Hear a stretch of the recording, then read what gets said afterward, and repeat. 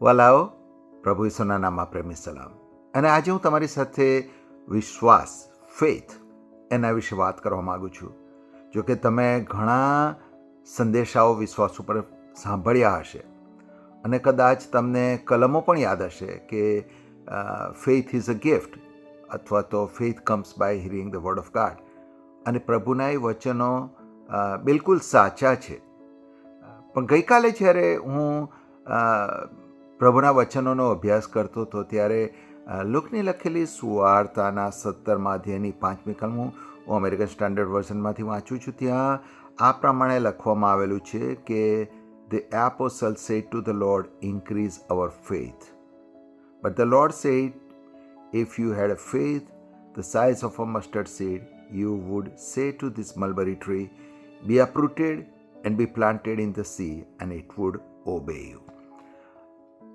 અને આ જે પ્રભુ ઈસુના ત્યાં લખેલું છે, શિષ્યો નથી લખેલું, પણ ત્યાં એ શબ્દ વાપરેલો છે કે એપોસલ અથવા તો પ્રેરિત, પ્રભુના પ્રેરિતો.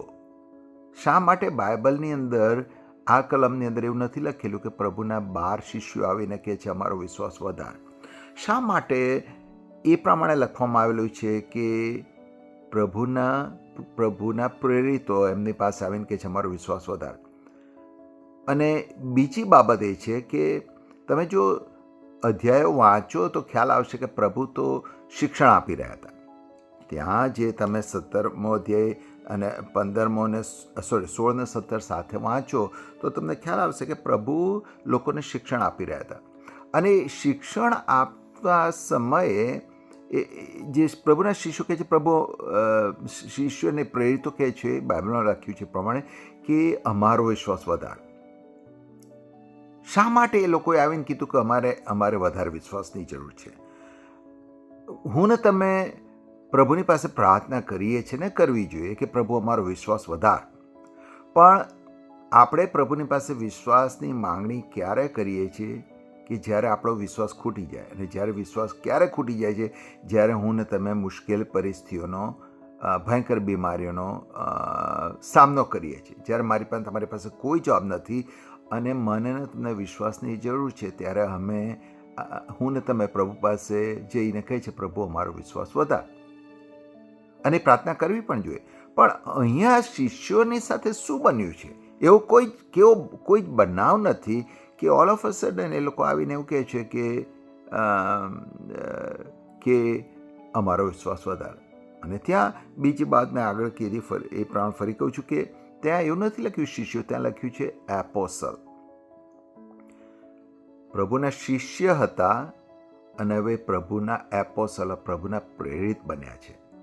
અને એ લોકો એ બાબત સમજ્યા હતા કે એપોસ્ટલ અથવા પ્રેરિત it's a very significant thing.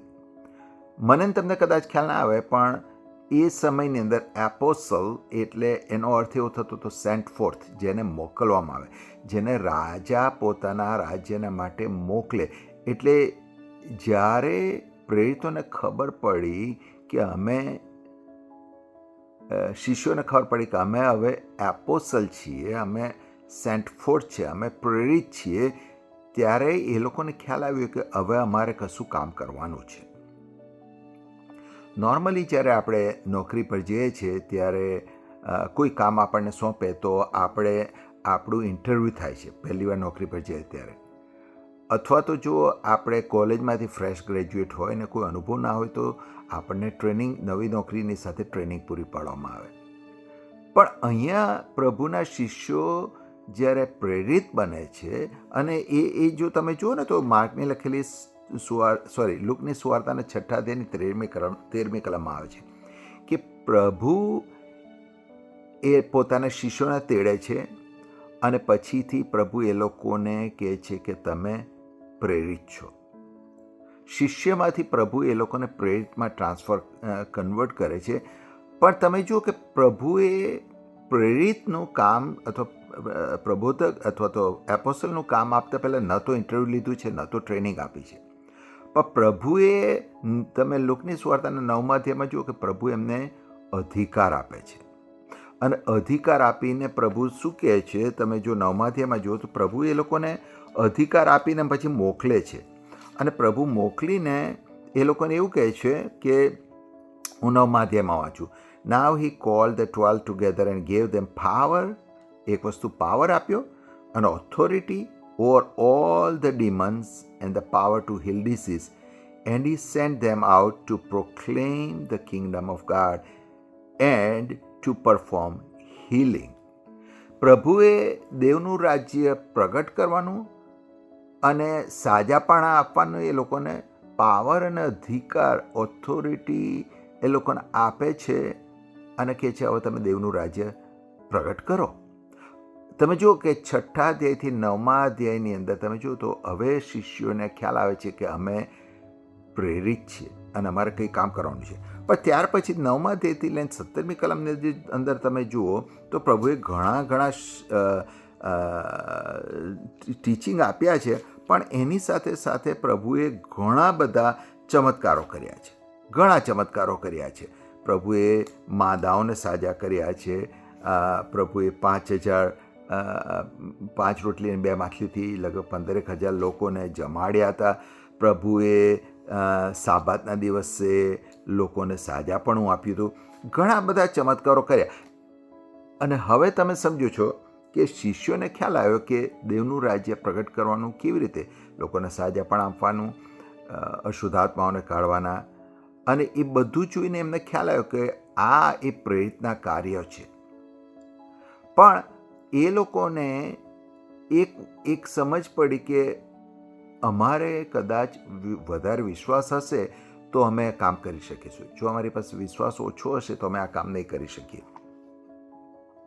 અને જ્યારે એ લોકો આવીને પ્રભુની પાસે આવીને કહે છે કે પ્રભુ અમારો વિશ્વાસ વધાર, તો નોર્મલી એ લોકોની અપેક્ષા એવી હશે કે પ્રભુ હાથ મૂકશે અને કહેશે કે હું તને વિશ્વાસનું દાન આપું છું, અથવા પ્રભુ પ્રાર્થના કરશે કે પ્રભુ પિતાજી મારા શિષ્યો, મારા પ્રેરિતોનો વિશ્વાસ વધારો.